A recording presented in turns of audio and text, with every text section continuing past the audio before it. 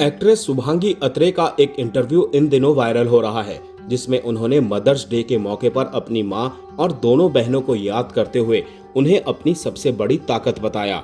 भाभी जी घर पर हैं कि अंगूरी भाभी उर्फ शुभांगी अत्रे इन दिनों चर्चा में है। इस साल मदर्स डे 10 मई को मनाया जाने वाला है।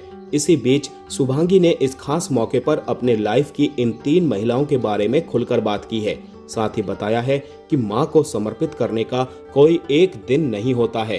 टाइम्स ऑफ इंडिया के साथ बातचीत में शुभांगी ने कहा कि मैं हमेशा कहती हूं कि मेरी लाइफ में 3 माएं हैं, मेरी मां और मेरी दोनों बहनें।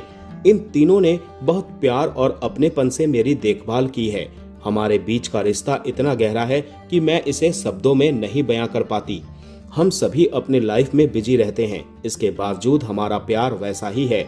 इन तीनों के पास मैं सबसे सेफ फील करती हूँ। मेरी माँ ने हमेशा हमें सिखाया है कि हर मुश्किल का सामना करना चाहिए और परिवार को कभी टूटने नहीं देना चाहिए।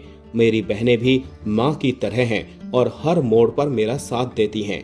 उन्होंने आगे बताया कि जब हम सभी घर पर घंटों बैठकर बातें करते हैं और छोटी छोटी बातों पर हंसते हैं, साथ ही माँ के हाथ का खाना खाते हैं, तो इसमें मुझे बहुत खुशी मिलती है।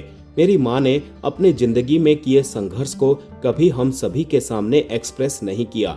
वो हमेशा हमें प्यार देती रही और बदले में कुछ नहीं चाहती थी। उन सब ने मेरे लिए बहुत कुछ किया है और मैं उनका सम्मान करती हूँ। शुभांगी अत्रे ने 2007 में एकता कपूर की कसौटी जिंदगी की से अपने कैरियर की शुरुआत की थी। इसके बाद उन्होंने कस्तूरी, 2 हंसों का जोड़ा, चिड़ियाघर और भाभी जी घर पर हैं जैसे शोज से इंडस्ट्री में मजबूत पहचान बनाई है। अंगूरी भाभी के किरदार ने उन्हें घर घर लोकप्रिय बना दिया।